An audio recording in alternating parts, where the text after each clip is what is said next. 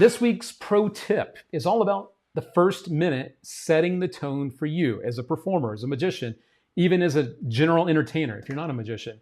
Because what you do in the first 60 seconds as a performer shapes everything, right? It shapes everything. Your audience trusts the energy and the expectations of you as a performer as well. So these are the topics we bring up each week are different things, but the end result for all of them is we want to help and we want to share. And I love to have people also jump in and share as well. So again, the first minute for you as a performer really sets the tone. So let's start that off with setting the tone for what you're going to do, or you as a performer. Because a lot of times, let's be honest, when you show up to an event, unless you've been booked before, they don't know who you are. They don't know what to expect. They just know there's a magician. Magicians are different types all over the place, right? Serious, funny, mentalism, card magic, close-up, whatever it is, right? So you can set the tone before any of that with things like your posture, making eye contact, showing that self-confidence that you might carry with you, right? Those are the things that show this person means business. This guy, this gal, this person, this magician, they mean business. So walk in there like you belong there. Own the space. That's not just for magic and performing. That's kind of any social situation. One of the tips I read about this is when you walk into a room, pause, smile, and just look around. Because most people, when they walk into a room, they're looking for other people. They're looking to try to fit in. They're looking to try to not stand out. But if you can just walk in, take that moment, you become something different, and people want to know, who is that? So it's a small little thing starting with that for sure. John's also referring to the first trick. Should be quick and visual to catch their attention, which is also true. Show that you mean business right away with magic, right? Catch their attention. That's always a good thing to do as well. So you can also establish your authority, your confidence, right? Through structure. Structure is very, very important for what we do so that we're not just floating all over the place, right? It would look really bad if I were to do this trick with this bottle. But instead of just like taking out the bottle and showing the bottle, if I brought it out, I'm going to use this instead. And I was like dropping it everywhere, and I couldn't. That looks bad. That just looks bad, unless that's your character.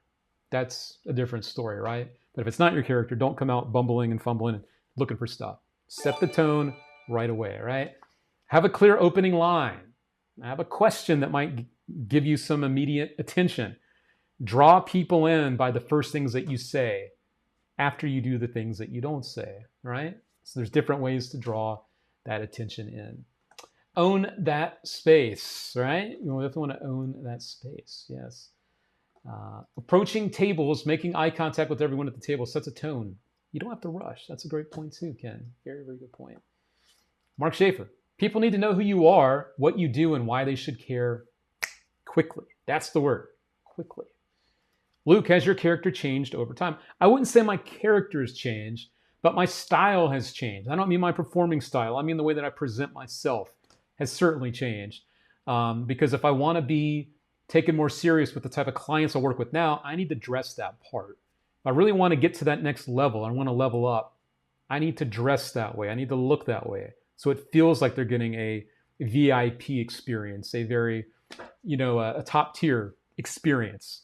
I say when people book me, they're not just getting a magician, they're buying an experience. Steven Silva says, totally agree. I also think the first group you approach at a strolling gig sets the tone for all other groups. Go for the large group that already looks to be having fun, laughing, smiling. That's 100% true, because that has other people seeing you and what's going on, and then they want a piece of that action, right? So great point there, 100%. Steven Silva also says, hit them with your best stuff and get them reacting so other groups see and hear. All right, see them having fun. Don't save your best trick for the final group or the client at the end of the gig. Yeah, 100%, man. You can't just save it all for last. You definitely got to start making that splash, right? Mike says, when I worked at the bar, I would just go up to someone and say, oh, hey, Derek. He'd say, that's not my name. I'd say, oh, right, that's my mom's name anyway. Then I press on to record. So yeah, break the ice, a little humor.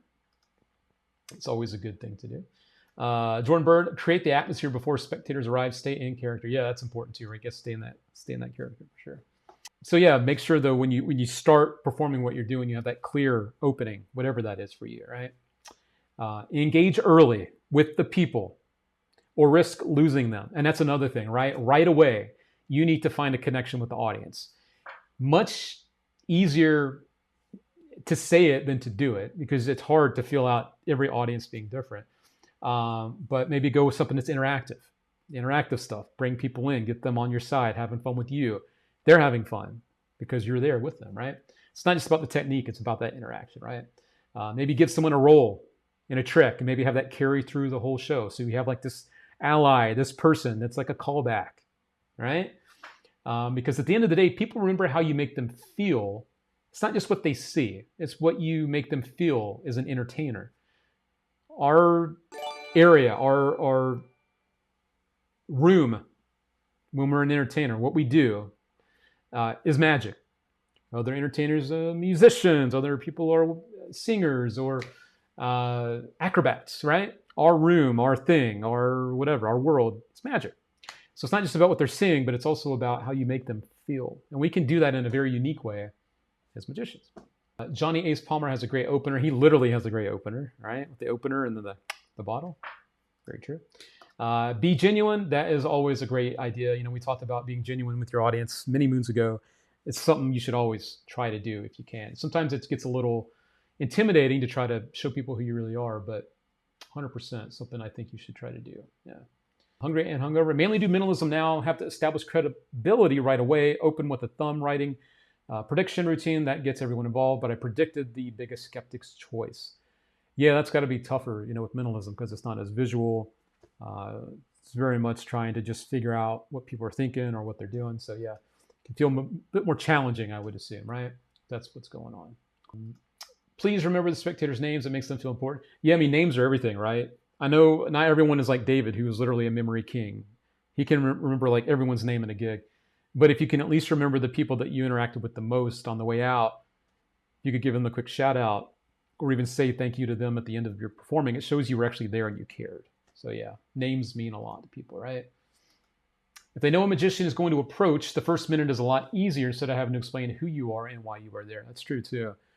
Certainly, it's like cold calling, right? If they have no idea there's a magician there, it makes it very difficult to do.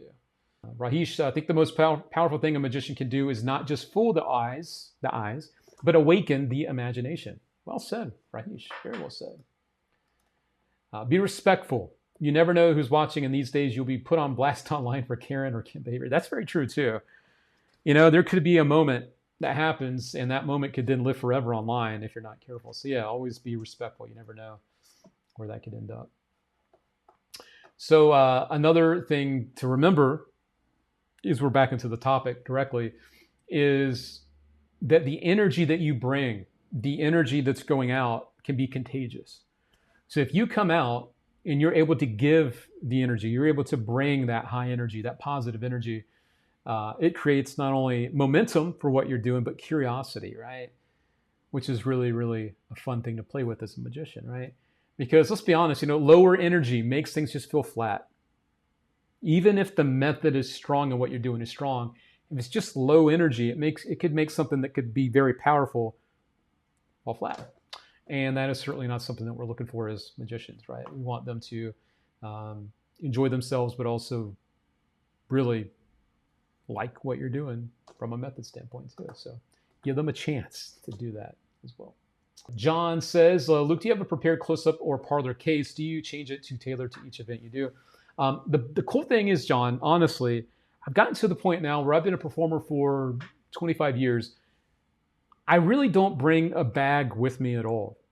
I might bring it with me in the car because I don't want to drive with all the stuff on me. But I usually do not bring a close-up case with me because I do a lot of strolling. A lot of the corporate events here in Vegas for those cocktail hours when they buy out different places. And I just have gotten to the point where I know what I want to do and I pack accordingly and I plan accordingly. And that's back to a topic we talked about 2 or 3 weeks ago, pocket management. That allows you to still have a lot of different options, but to have it neat and tidy and ready to go.